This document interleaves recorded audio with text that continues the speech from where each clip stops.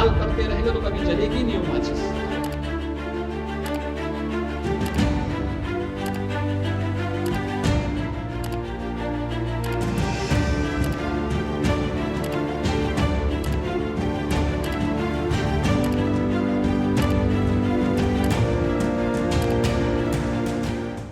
नमस्कार, आप देख रहे हैं Bombay broadcasting corporation BBC Hindi news और मेरा नाम है विपिन श्रीवास्तव।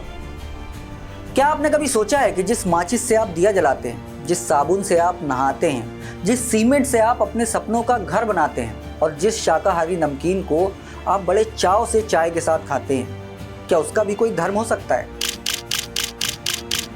अब सुनने में तो ये पागलपन लगेगा, लेकिन हमारे देश में ये हकीकत बन चुका है।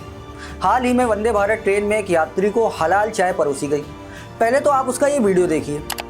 सावन का महीना चल रहा है, हलाल चाय पिला रहे हैं। तो हलाल से क्या होता है? हलाल क्या होता है तो आप समझिए। हलाल सर्टिफाइड, ये क्या लिखा हुआ है? हलाल सर्टिफाइड, ये क्या चीज है? हलाल सर्टिफाइड क्या चीज है ये?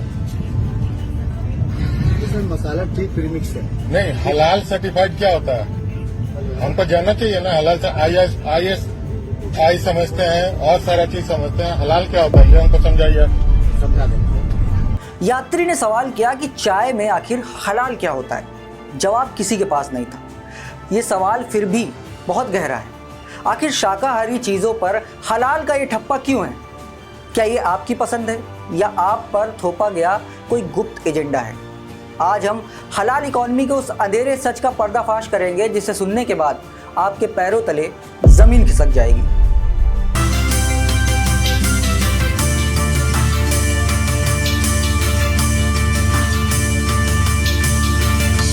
ठीक 3 महीने पहले उत्तर प्रदेश के मुख्यमंत्री योगी आदित्यनाथ ने एक ऐसा फैसला लिया जिसने पूरे देश के इकोसिस्टम को हिला कर रख दिया। यूपी में हलाल सर्टिफाइड उत्पादों के उत्पादन, भंडारण और बिक्री पर पूर्णतः प्रतिबंध लगा दिया गया। आप जब कोई सामान खरीदते हैं तो सामान खरीदते समय एक चीज जरूर देखिए, क्या उसमें हलाल सर्टिफिकेशन तो नहीं लिखा हुआ है। यानी हर वस्तु में हलाल सर्टिफिकेशन। हमने यूपी में बैन किया है। मुझे लगता है कि आज यूपी के उत्तर प्रदेश के अंदर कोई उसको खरीदने का या कोई बेचने का दुस्साहस नहीं करेगा। एक अधिकारी बोला साहब इसमें, मैंने कहा भी देखो नहीं एक षड्यंत्र है भाई। मैंने कहा माचिस तो झटका वाला है, आप एक झटके में लगाएंगे तो तभी आग जलेगा। आप हलाल करते रहेंगे तो कभी जलेगी नहीं वो माचिस। तो मैंने कहा इससे बड़ा झूठ क्या हो सकता है। आप सोचो, और हमने जब कार्रवाई प्रारंभ की 25,000 करोड़ रुपए देश के अंदर हलाल सर्टिफिकेशन से होता है और भारत सरकार की या राज्य सरकार की किसी भी एजेंसी ने उन्हें मान्यता नहीं दी है।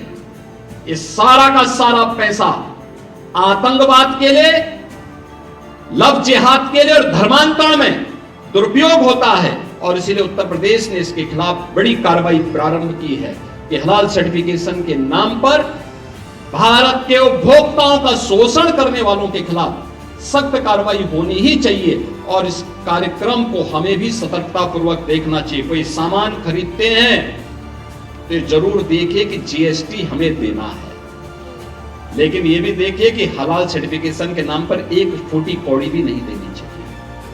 योगी आदित्यनाथ ने गरजते हुए कहा कि हलाल सर्टिफिकेशन एक बहुत बड़ा षड्यंत्र है। उन्होंने इसे सिर्फ धर्म से नहीं बल्कि देश की सुरक्षा से जोड़ा था। योगी सरकार ने साफ किया कि भारत जैसे धर्मनिरपेक्ष देश में खान पान की शुद्धता तय करने का हक सिर्फ सरकारी संस्था FSSAI को है, किसी निजी मजहबी ट्रस्ट को नहीं है। आखिर योगी आदित्यनाथ को यह कदम क्यों उठाना पड़ा? क्या यह सिर्फ एक राजनीति थी? जी नहीं, इसके पीछे थी एक कड़वी सच्चाई। कुछ निजी संस्थाएं सरकार के ऊपर अपनी खुद की व्यवस्था चला रही हैं। चीनी, तेल, मसालों से लेकर कॉस्मेटिक और दवाइयों पर हलाल मार्क लगाकर जनता को गुमराह किया जा रहा है, आपको गुमराह किया जा रहा है। कंपनी को मजबूर किया जा रहा है कि वो इन संस्थाओं को एक मोटी फीस दें, वरना उनके उत्पादों को हराम घोषित कर दिया जाएगा। अब पहले तो ये जान लेते हैं कि आखिर हलाल क्या है। सरल भाषा में अगर समझाएं तो हलाल अरबी का शब्द है जिसका मतलब होता है जायज़। शरिया कानून के मुताबिक जो चीज़ें जायज़ हैं वो हलाल हैं।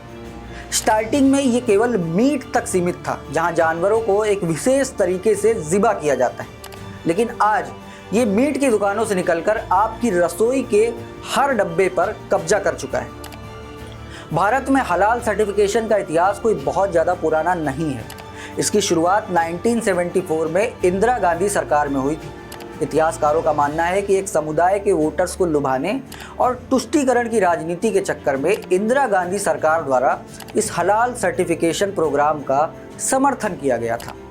शुरुआत में यह हलाल सर्टिफिकेशन सिर्फ मीट के एक्सपोर्ट के लिए होता था, ताकि खाड़ी देशों को बिना किसी परेशानी मीट एक्सपोर्ट किया जा सके। लेकिन हैरानी की बात यह है कि भारत के संविधान या किसी भी कानून में हलाल सर्टिफिकेशन का कोई जिक्र नहीं है।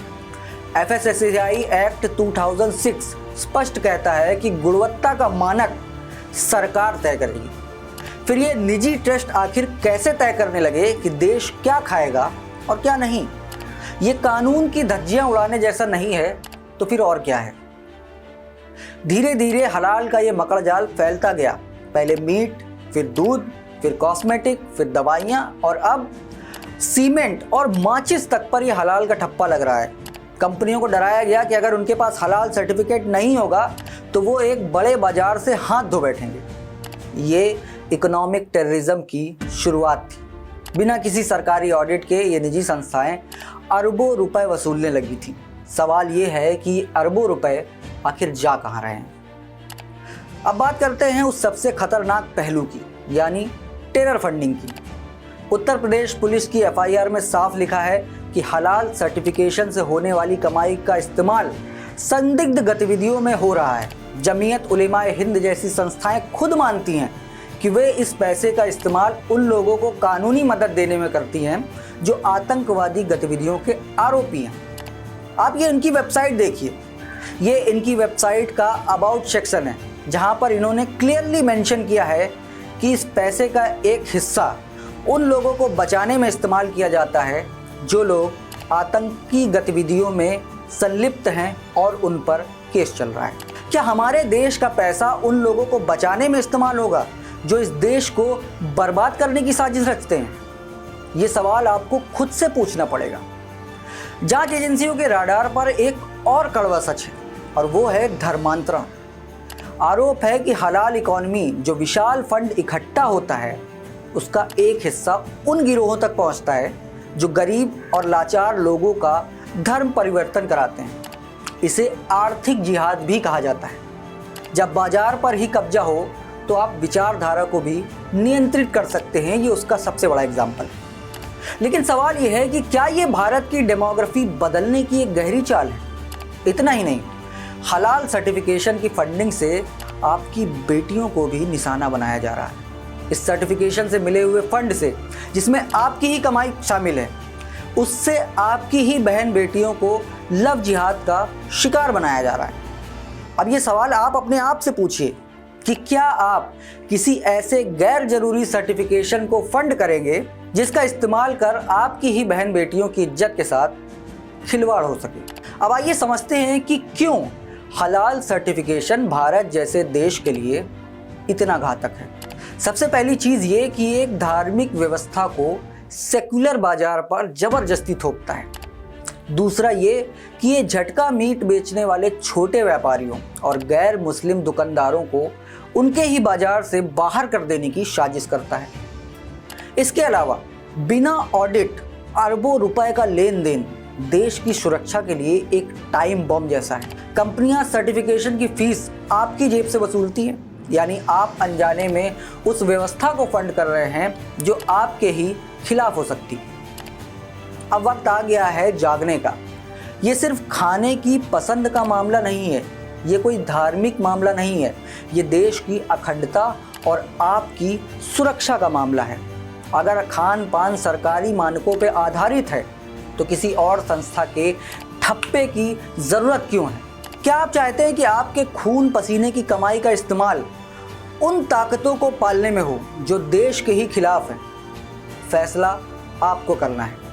इस वीडियो को शेयर करें और आवाज़ उठाएं, इससे पहले कि ये मकड़जाल आपके घर की रसोई को पूरी तरीके से निगल जाए। अगली बार जब कोई सामान खरीदें तो लेबल जरूर चेक करें, क्योंकि आंख खुली रखोगे तो बचे रहोगे।